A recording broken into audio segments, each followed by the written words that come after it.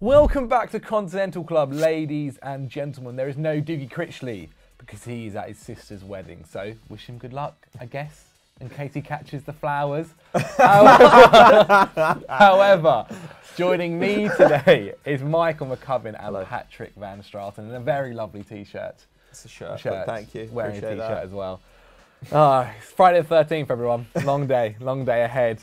Anyway, our first question comes from @RashR14. They said, who are the dark horses for the Champions League this season? But as Dougie always says, just before we move into that, if you're not subscribed already to Eurofootball Daily, please do and hit that notification bell as well. Now, I'm going to set the scene, guys. The Champions League group stages are done for this year. Bayern Munich topped them all with 18 points, and PSG and Juventus were second best with 16. Now, there were some shocks too. Last season semi-finalists, Ajax were knocked out to Valencia, losing 1-0. Seeing that 4-4 draw at Stamford Bridge was a very big fixture for them. And so we look ahead now to the round of 16 draw on Monday, and it's time to analyse some of the 19-20 Champions League contenders, or dark horses, as we'll say. Patrick, who have you picked? Yeah, well, it does feel like there's a little bit of a gap for a dark horse this season. Like, you don't look at any. Yes, Liverpool are really good and City are really good, but I don't really look at any side and think like, wow, they're unbeatable. Like even Liverpool conceded 8 goals, which was the joint most of any team to win their group, with RB Leipzig, who I'm going to talk about. So I don't think that it's unreasonable to think that a team could maybe do it this year. And I do think Leipzig are quite interesting candidates because they are absolutely flying in Germany. They're in second, they're a point behind Gladbach. And the attack, as we kind of predicted when Nagelsmann was coming in, is on fire. I think only Liverpool, Barcelona and Man City have scored more league goals than their 39 this season. Not bad. And bear in mind the Premier League clubs have played 2 games more. I think in Serie A they've played 1 game more. In La Liga they've played 1 game more. So, I mean, they are pretty much on fire. They're on a run at the moment of 5 consecutive wins in which they've scored at least 3 goals in every game. And 22 overall in the run. So That's I mean, ridiculous. You can't really do much about them at the moment. They haven't been quite as good in the Champions League, given that they had a group with Lyon, Benfica and Zenit, and that kind of looked easy, but they did top it. Their only loss was a 2-0 at home to Lyon, which was more about individual mistakes, I think, than just being like bad overall. Haven't been as dominant there, like 11. They take loads and loads of shots. They take 17.5 shots a game, and they conceded 11.2, and those are both among the best marks in the competition. But yeah, they did concede a bunch of goals, and I think they probably deserve to. There were some really hairy moments for them defensively. And when you look at who Leipzig could play in the round of 16, I think they can be quite positive. I've got the list here. They can play Atalanta, which would be fun, Atletico Madrid, Chelsea, Napoli, Real Madrid or Spurs. All I'm saying is we faced Salzburg in the pre-season, who are also owned by a Red Bull. We beat them 5-3. So that's definitely how it works. Yeah, you never know. You never know. If they've had a Red Bull before the game, they will lose. But you look at that and you kind of think, how many of those sides are like clearly better than Leipzig? Maybe Real Madrid, maybe Chelsea. After that, I'd kind of be like, we can beat anyone there. And you look at the form of some of their forwards, like Forsberg, Werner and Sabitzer have all been involved in 4 goals in the Champions League group game. Werner is one of the form players in Europe right now, like across his 18 games in the Champions League and the league. He's got, 19 games. He's got 18 goals and 6 assists. And the thing that's taken a real step up for him this season is creativity. He's gone to like 2 key passes a game, and if you look at like his radar or whatever, then you see obviously a big spike around the kind of goal scoring area. But now there's a really big spike in creativity too, which is quite exciting. And then they've got guys like Nkunku, who I think he's got 600 league minutes. He's got 3 goals and 6 assists. Mad. Everyone's on fire. Conrad Laimer in midfield, 6 tackles and interceptions a game. And bear in mind, Tyler Adams hasn't really been playing. Haidara hasn't really been playing. Ethan Ampadu hasn't been able to get a game. Barely. I think he's played like 37 minutes, something like that. So you just look at this Leipzig side, and it's not one of those situations where you think, oh, if they get this key injury, it could be a massive problem. Unless it's Werner, you kind of look at the team and you think, yeah, I think they can deal with basically anything. They've got such a deep squad. So I'm gonna go ahead and say Leipzig, and I did put money on them to win the Bundesliga at the beginning of the season, and I have since cashed out because I'm a pussy. But they are looking pretty good right now. So yeah, I'm gonna stick with Leipzig. It's not a bad shout. McCubbin, who have you gone for? I feel like Atletico Madrid have gone under the radar a little bit this season, partly due to the fact that their league form's been so poor. Obviously, they've only got 3 wins in their last 13 games, 8 draws and 2 losses in that time.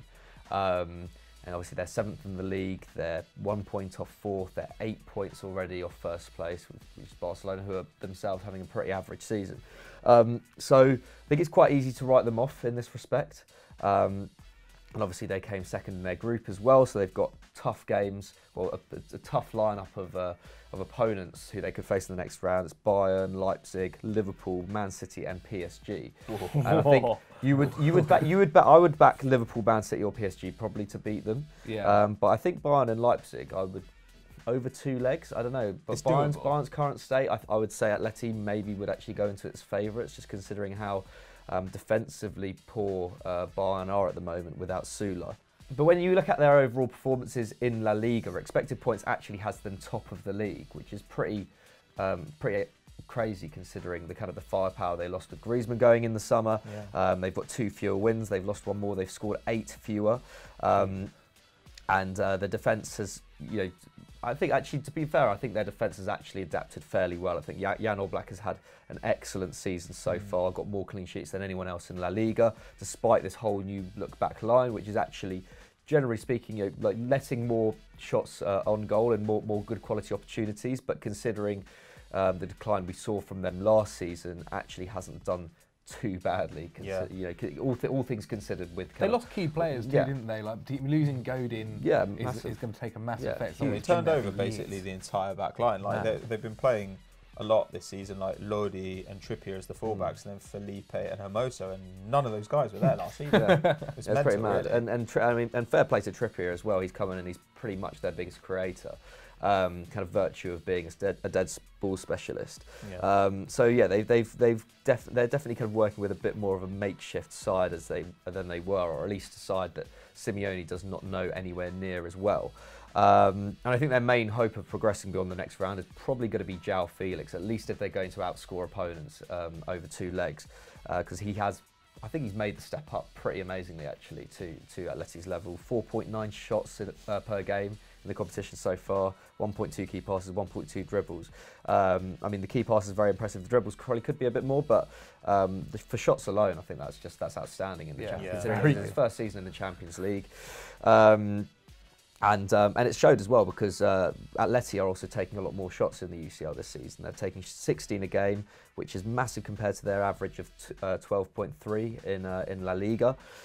So they do just look an all-round more exciting side in the Champions League, and especially if that league form continues to disappoint, and say they still find themselves in 7th come February. I wouldn't be surprised if Simeone is like, you know what, let's just go for the Champions League. Let's just put all our eggs in that basket. Especially if you get a good draw. Yeah, for sure. So yeah, if they get Bayern or Leipzig, then I wouldn't be surprised. And we know that Simeone is a very good tactical operator over 2 legs as well. And I mean, that shows in their Champions League record as well, doesn't it? I mean, I think from over the last 6 seasons, they've only not made the quarterfinals once. Aside, and then there's another exception. I think they went out in the groups in one of those seasons as well. So I think in something like 4 of the last 6 seasons, they've made the semis twice, the final twice, or either the semis once, the quarters once, and the final twice. But either way, they are very adept when it comes to the knockout stages of the competition. So based on that, you'd back them to get through the last 16. If they come up against PSG or Liverpool, it's hard to back them. But I think they have been. I do think they've been better than what a lot of people have rated them so far this season. And for that, I think you can give them a bit of a fighting chance. Well, I think that's the beauty of the Champions League, is that because it's over 2 legs, anything can kind of happen. There's a bit more, a bit more questioning about who can beat who. I've gone for Borussia Dortmund. Now I know it's hard to maybe consider them underdogs anymore, because every single season we always call them underdogs and dark horses. But with the way their campaign started, I think it's fair enough to say. I mean, they've recovered pretty well since that dodgy period where they won 5 games in 13 in all competitions. And they've now gone unbeaten in their last 3 in the league. And they wrapped up the UCL qualification with a 2-0 win over Slavia Prague. To show how bad they were, to put it into some context, they were 6th after 6 games, 3 points off first place Bayern Munich, and now they're third, but 5 points off of Gladbach. So those draws have really started to cost them. Yeah, they got 6 draws in their first opening 13 games, so it shows it there. Now, their UCL campaign has been mixed. They won 3, they drew 1 and lost 2, with a 2-0 loss to Inter Milan and a 3-1 loss to Barcelona. Now, they did finish, though, 3 points above Inter Milan, and their crucial result ended up being that 3-2 victory over the Nerazzurri when they were 2-0 down after 40 minutes. So they did pretty well to get back there. That was amazing. And I think it's all kind of shown how they've been since the whole Jadon Sancho stuff. When the Jadon Sancho stuff was happening, they were losing and they weren't doing too well, and now they've sorted it out. They're back on good form. Back on top. And speaking about the Englishman, he's been one of their best players this season in the UCL. He's got 2 goals, 2 assists. He's taken 2.5 shots, 1.9 key passes, and completing 3.5 dribbles, which is ridiculous for such a young star. I mean, do you guys think he's going to stay in Dortmund? Like, I think he's going to be there in January, and I think he'll stay there till the summer. But come the summer, there's going to be so many offers, happen, man. right? There's going to be so many offers. There's probably about 3 separate offers from Premier League clubs. Oh, well, if you think City are going to go back in for him, Liverpool will go back in for him, United probably, and Chelsea might try as well. Wow. That's not to mention then maybe even Barcelona and Real Madrid having a look, and PSG. Because if PSG lose Neymar, he might end up. He'd be unreal. Could you imagine Jadon Sancho and Mbappe in the same forward line? That would just be ridiculous. That would be disgusting. That would be absolutely Cardi up front. Yeah. Not too bad, is it? However, he's actually not been their star performer for Dortmund. He's actually been their fullback. Hakim. So he got those 2 goals, didn't he? Yeah, though is he a real fullback now? Well, he's playing on the wing a bit, right? Yeah, compared to but again, he showed it last season. Yeah, and his comments have said that he wants to return back to Real Madrid and fight for his place over Marcelo, which he should probably be getting now at left back. And now he's their top goal scorer with 4 goals and 6 appearances, with 2 of them come against Slavia Prague. But that's more goals than Suarez, Dybala, and Werner in the Champions League. But I do think you have to realise that he was playing a lot more further upfield in some of those games. Now, if you're a Dortmund fan, I'd say turn away right now, as you could be facing Juventus, Liverpool, Man City, PSG, or Valencia. And if I'm being honest, you'd probably just want to take Valencia there, as the other 4 could be quite dangerous. And when I read some of these stats, it doesn't make for good reading, as they've been pretty unremarkable so far in the competition. They ranked 23rd for shots with 12.2 a game, although PSG are 22nd, so perhaps they can't take too much from that. And only 9 teams have conceded fewer than their 10.8 shots per game. So, it doesn't look great, but say Borussia Dortmund were to pick, say, a Juventus, do you think they could do it? Yeah. I mean, they could. Yeah, they could. I mean, they could. I mean, Juventus haven't been like amazing this season, have they? Like, I don't know, and yeah, I'd give them a chance for sure. Like they got through a group that they got through the hardest group in the whole competition. They beat a very good Inter Milan side. Obviously, Conte doesn't have the best record in Europe, but until last season, neither did Sarri. So. I think Juve are no longer the kind of force. Juve are no longer essentially the kind of defensive force that they once were. Like under Allegri, it was almost impossible to score against them in knockout games, wasn't it? Or at least as soon as they went 1-0 up, it was almost impossible to score against them. So yeah, I'd give them a chance against a team like Juve, considering kind of the games they've got through so far. Remember, they were pretty good against Barcelona as well. Yeah, that's a very good point. And even against City as well. Like, I mean, like, City would score goals against them, but you don't need to get that much luck, like to get 1 or 2 goals more than you should across 2 legs. And like, City do have quite a soft centre at the moment. Like, for sure. You look at how Man United's pace caused problems for them, and you look at that Dortmund front line, and they've got quick players like Hazard, obviously Royce and Sancho, and Hakimi, like being the dangers there. So you do kind of think, okay, well, maybe if you end up winning a game, say 4-2, when you maybe only deserve to win 3-2, that could be the difference. So I don't know, like I wouldn't bet on it. Yeah. But but is it possible? Totally. I mean, it happens all the time in the Champions League. There are some other teams we can mention. Atalanta, they've been quite a fun side. They could pull some also mental sides to play against, some people like Barcelona, etc. Napoli. No faith in Napoli Yeah, whatsoever. especially after hiring Gattuso. Not looking good for them. Interesting appointment. Leon.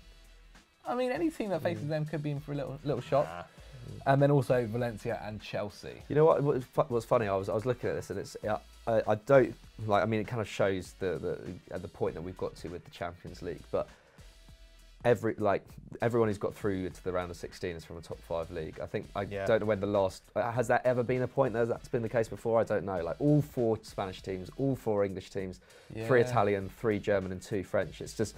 They all got it done in the last day. Yeah, it's. I mean, obviously there were a lot of changes on that last evening, but from on the face of it, it's like Champions League's suddenly become even more predictable than it was before.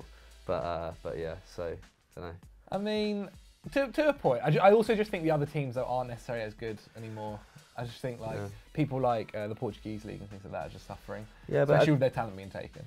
Sure, but I think it might. It's probably one of those things where it's like you would have backed Ajax to get through. Ajax probably should have got through. Yeah, and you probably would have backed Benfica to get through as well. So it's just one of those things. Yeah, Valencia a little bit lucky, Leon a little bit lucky, Napoli a little bit lucky. Like not lucky to go through in the end, but like you could easily have seen Salzburg knocking Napoli out. Like, I don't know, man. It's just like I actually think that of all these clubs mentioned, like yes, I think Leipzig are one of the most interesting ones, but I think Chelsea are probably the best candidates here. Chelsea are a club who no one's going to talk about them going that far, but Chelsea, I think people are weirdly underrating them because they're on a little bit of a bad run at the moment. Like, do I think Lampard's a genius? No, not really. I don't think that long term he's going to be a particularly great manager for them. Are there holes in their squad? Sure.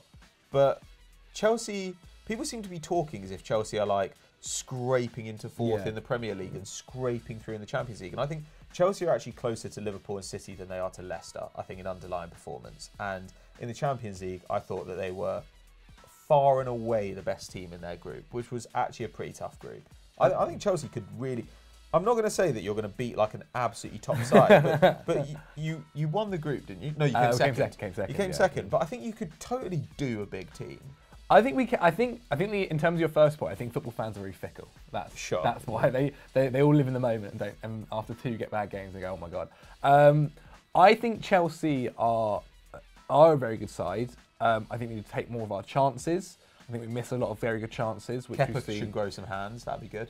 Well, the thing with Kepa that I find unfortunate is that he will pull off remarkable saves where you're like, oh my god, that's amazing, but then he'll let some in where you're like, you should be safe. He's a little bit like putting a midfielder in goal in that regard, though. I think a midfielder sees a free kick coming and they're like, I'm going to save this one. Run across the goal, dive and save it, and then like just a normal ball into the box or whatever. They're like, that's the issue. I think the other part of that is that like for so long we had someone like Courtois who is like one of the best in the world at catching crosses and so like things like heading and set pieces was never really a big problem with him.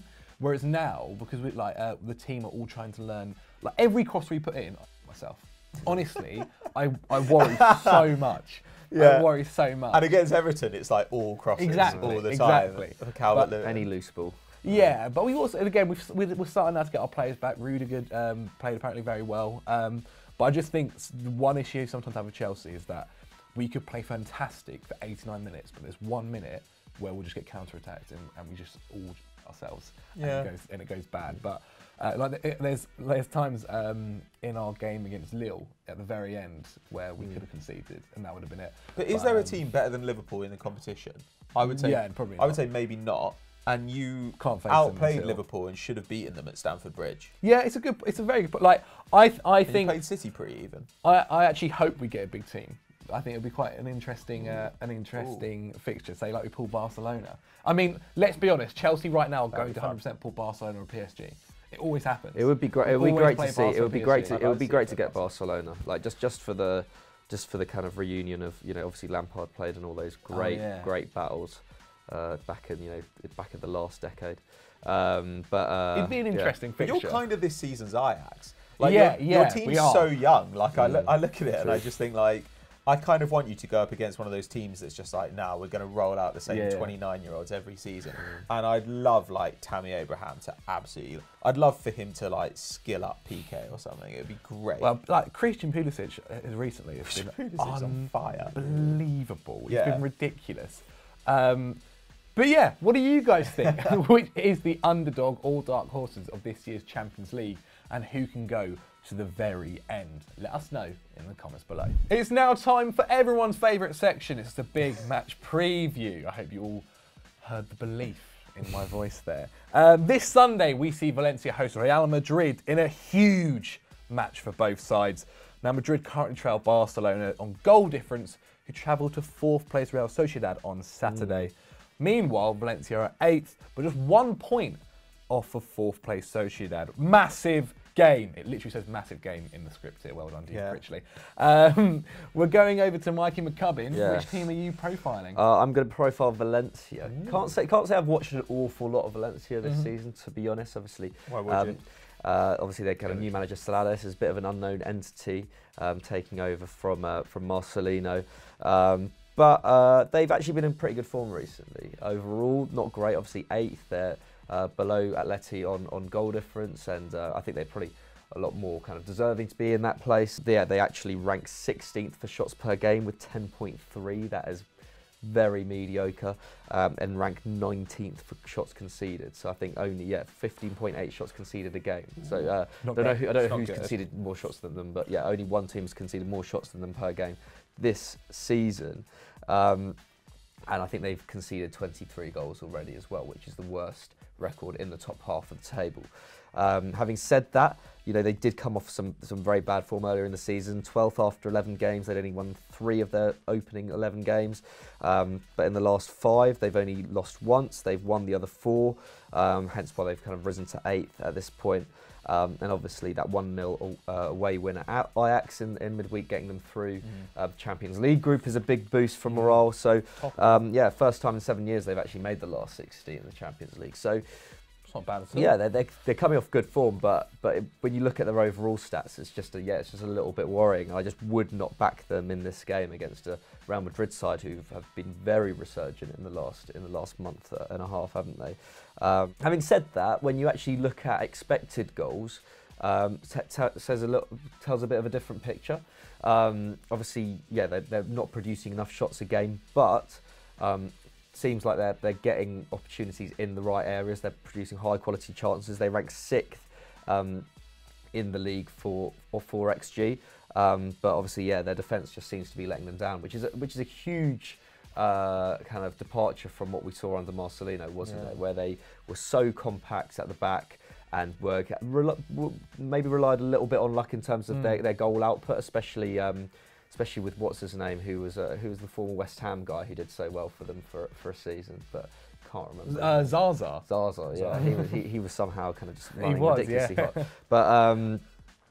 But yeah, so but having said that as well, 10th best in the league according to expected points. So I think they're probably around where they deserve to be. And Dani Parejo just seems to be kind of getting them out of jail most of the time. 6 goals, 2 assists in 15 league games, 2.5 tackles and interceptions, 1.4 shots, 1.9 key passes, 1.3 dribbles. Just another outstanding season from him. Maxi Gomez up front, 6 goals and 1 assist. So they're getting a bit of bang for their buck with him. Obviously got him from Celta Vigo, didn't they? And also Ferran Torres, who I've been a big fan of for the last year. Racked up 15 games now, so really good to see him actually getting a proper run in the team. 3 goals and 2 assists, and I think he does a lot of defensive work, or at least he did do a lot of defensive work under Marcelino. I'm not sure how he has fared in terms of his tackle and interception numbers under Salades, but yeah, so there's reason to be hopeful as a Valencia fan, but in this game I just can't see this being anything other than a very comfortable Real Madrid victory. I don't know what you think, Pat. I think Real Madrid are probably the best side in La Liga now. Like, I mean, don't get me wrong, I think Barcelona have a much higher ceiling. I don't think they play as well as they should for their quality. And Atleti are ahead of Real on expected points right now. But I don't know. I really think Zidane's done an impressive job this season. Like, they were getting lucky in the early days when they were trying to persist with their normal kind of midfield 3. But he's brought in Valverde, and weirdly, like, Valverde isn't particularly good at anything. But he just somehow does enough to like hold that midfield together. Like, it's not just Casemiro on his own. Yeah. Like, Valverde has got like 3.6 tackles and interceptions per game. That's not very many. 1.9 shots, not very many. 1 key pass, not very many. 1 dribble. nothing really special about him. Average. But having some Pretty extra good legs in the middle of the park, like really, really is helping them out. As is the fact that Karim Benzema is in unbelievable form. I think 14 league games, he's got 11 goals and 5 assists, which is obscene. And I just think, I don't know, like they've got this roster of they've weirdly got so many left wingers.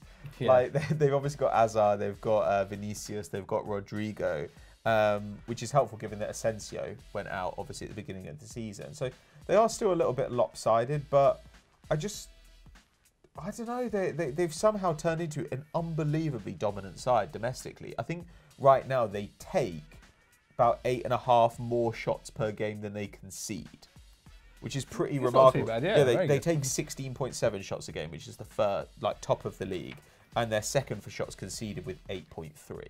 Like that is kind of remarkable, right? And I mean, nobody in the squad apart from Benzema has scored more than 3 goals, so they are quite reliant on him. But the fact that they can get high quality chances, I think Benzema's been good, but I think it's more a testament to the side playing to get him those chances. Yeah. And they will kind of need to over the next few games, because they've got this match against Valencia, then they've got El Clasico, which is also away at Barca, and then they've got a home match against Bilbao, who are flying. My only concern for them is they're a little bit thin on the ground injury-wise, right? Like I think they're missing some significant players.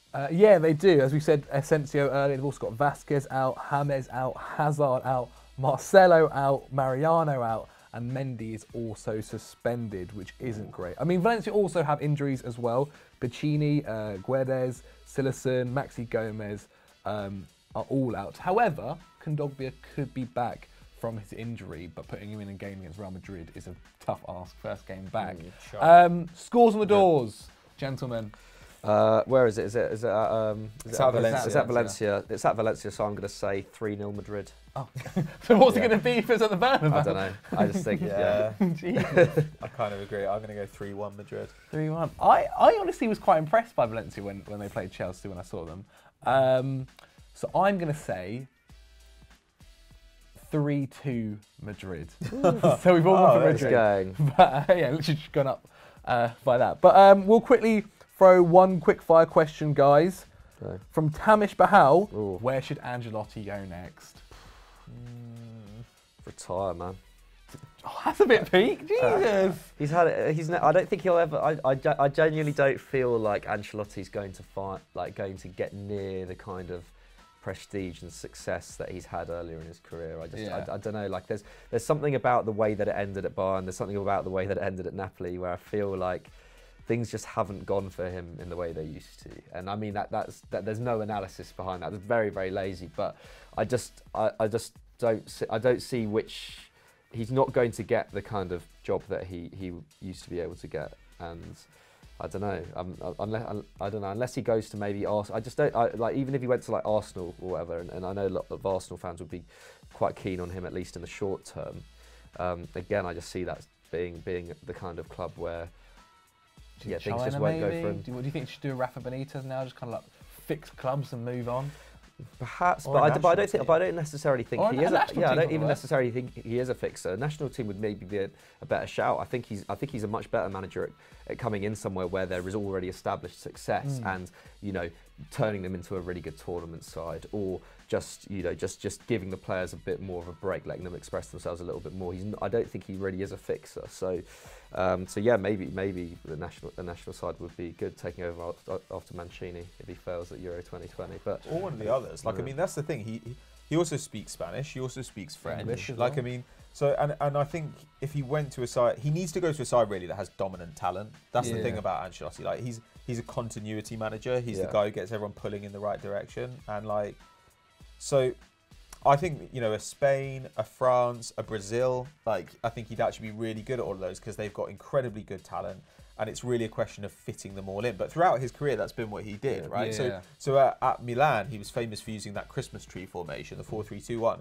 Not because it was actually his favourite formation, but because he was like, this makes us good while keeping the majority of our big players happy. And he said that, like specifically, that the aim was to like create a good atmosphere in the club. And so I think if he were managing, say a Brazil or something, they have so much talent.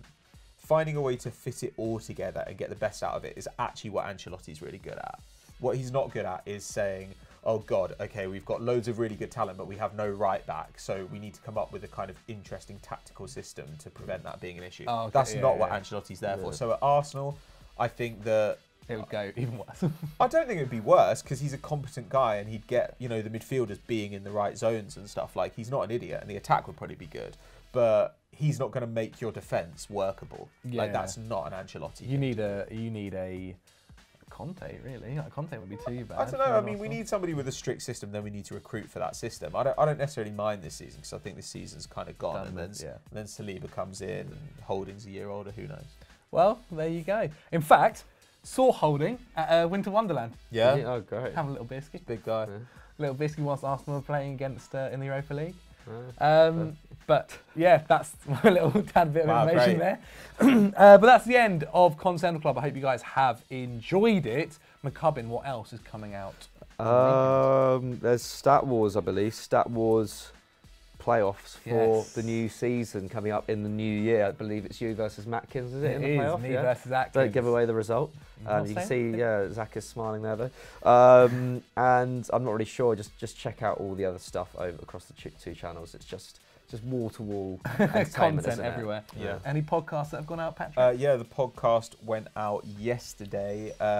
Me and Chris Hamill cutting up the year in football and non-football, and it got pretty extemporaneous. It's like 2 hours, Whoa. and it's an odd one, but it's fun. It's fun. Jeez, I'll be It's had listening to that. good early reviews. Oh, Nice. sick. Well then, as always, guys, don't forget to like and subscribe. Bye.